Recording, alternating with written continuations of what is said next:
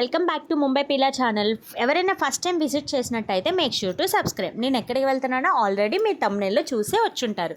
మన తెలుగు సినిమా వచ్చిందంటే మాలాంటి సినిమా పిక్చర్లు వెళ్లకుండా ఉంటారో చెప్పండి. అందుకే హరహర వీరమల్లు సినిమా రాగానే వెళ్దామని చాలా వెయిట్ చేసాం. కాకపోతే 3 డేస్ నుంచి వర్షం పడుతూనే ఉంది. ఇప్పుడేంటి 1 మంత్ నుంచి మేము ఇక్కడికి వచ్చాం. హాలిడేస్ నుంచి, సమ్మర్ హాలిడేస్ నుంచి ముంబై వచ్చామో లేదో అప్పటి నుంచి వర్షం పడుతూనే ఉన్నాయి, ఆగట్లేదు కనీసం. ఈరోజు సాటర్డే వీకెండ్, మా ఆయనకి బాబుకి హాలిడే ఉంది. మా ఆయనకి రాక హాలిడే వచ్చింది. ఈరోజైనా వర్షం ఆగితే బాగుండు, వెళ్దామని చాలా గట్టిగా అనుకున్నా. మార్నింగ్ కొంచెం లైట్గా ఎండెక్కినట్టే ఎక్కి మళ్ళీ వర్షం స్టార్ట్ అయ్యింది. మార్నింగ్ నుంచి టికెట్స్ చేయకుండా దానికోసమే వెయిట్ చేసి వర్షం పడకపోతే వెళ్దామని చెప్పి టికెట్స్ కూడా చేసుకోలేదు మార్నింగ్ నుంచి. ఇంకా లైట్గా గ్యాప్ ఇచ్చింది కదా అని చెప్పి అప్పుడే టికెట్స్ బుక్ చేసి రెడీ అవుతున్నామో లేదో మళ్ళీ వర్షం స్టార్ట్ అయ్యింది. మీరు చూస్తున్నారుగా, ఇదే నా సింపుల్ మేకప్ రొటీన్. బయటకు వెళ్ళేటప్పుడు అవని, ఇంట్లో అవ్వని పక్కగా రాసే ఫేస్ క్రీమ్, సన్ స్క్రీన్. ఇంకా 2 దుపట్టాస్లో ఏది మ్యాచ్ అవుతుంది. యాక్చువల్ అయితే ఆ డ్రెస్కి నాకు దుపట్టా లేదు. ఆ 2 దుపట్టాస్లో ఏది మ్యాచ్ అవుతుందని చూసుకొని లాస్ట్కి పింక్కి ఫిక్స్ అయ్యి వేసేసుకున్నా. వెళ్ళి చూస్తే వర్షం పడుతుంది. దానికోసం రెయిన్ కోట్ సర్ది వాటర్ బాటిల్ పట్టుకొని ఇంకా ఎలా అయితే అలా అయిందని బయలుదేరినాం. మేము బయలుదేరేటప్పుడు వర్షం లేదు, చిన్నగా పడుతున్నాయి. వెళ్ళిపోతున్నాం.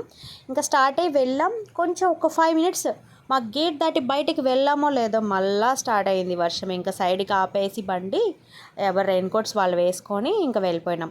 మేము రెయిన్ కోట్స్ వేసుకున్న 5 మినిట్స్కి వర్షం ఆగిపోయింది.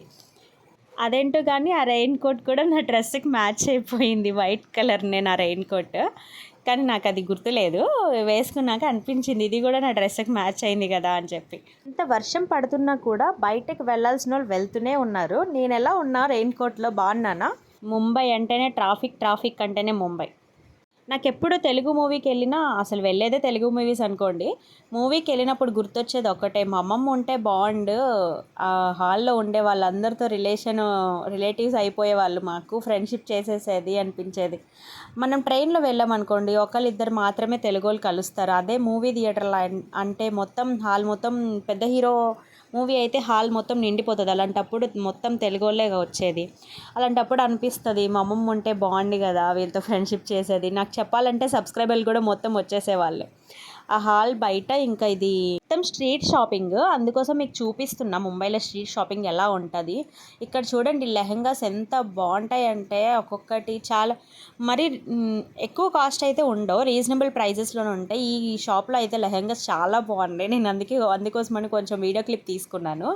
వచ్చేటప్పుడు ట్రాఫిక్లో 15 మినిట్స్ ఆగిపోయినాం. ఒకే సిగ్నల్ పాయింట్ దగ్గర 2 టైమ్స్ ఆగిపోయినాం. ఇంతకీ మూవీ ఎలా ఉందో చెప్పలేదు కదా. మూవీ అయితే సూపర్ ఉంది. పార్ట్ 2 కోసం వెయిటింగ్ చేస్తున్నాం. వచ్చేటప్పుడు అలా పిల్లల కోసం స్నాక్స్ తీసుకొని ఇంటికి వచ్చేసాం. రిటర్న్ వచ్చేటప్పుడు మార్కెట్లో గోంగూర కనిపించింది. ముంబైలో అసలు చాలా రేర్గా దొరుకుతుంది గోంగూర. మా ఆయనకి గోంగూర అంటే చాలా ఇష్టం, కానీ అది దొరకదు. ఈరోజు దొరికేసరికి తీసుకొని వచ్చేసాం. ఇంకా అయిపోయింది ఈ vlog. Thank you for watching.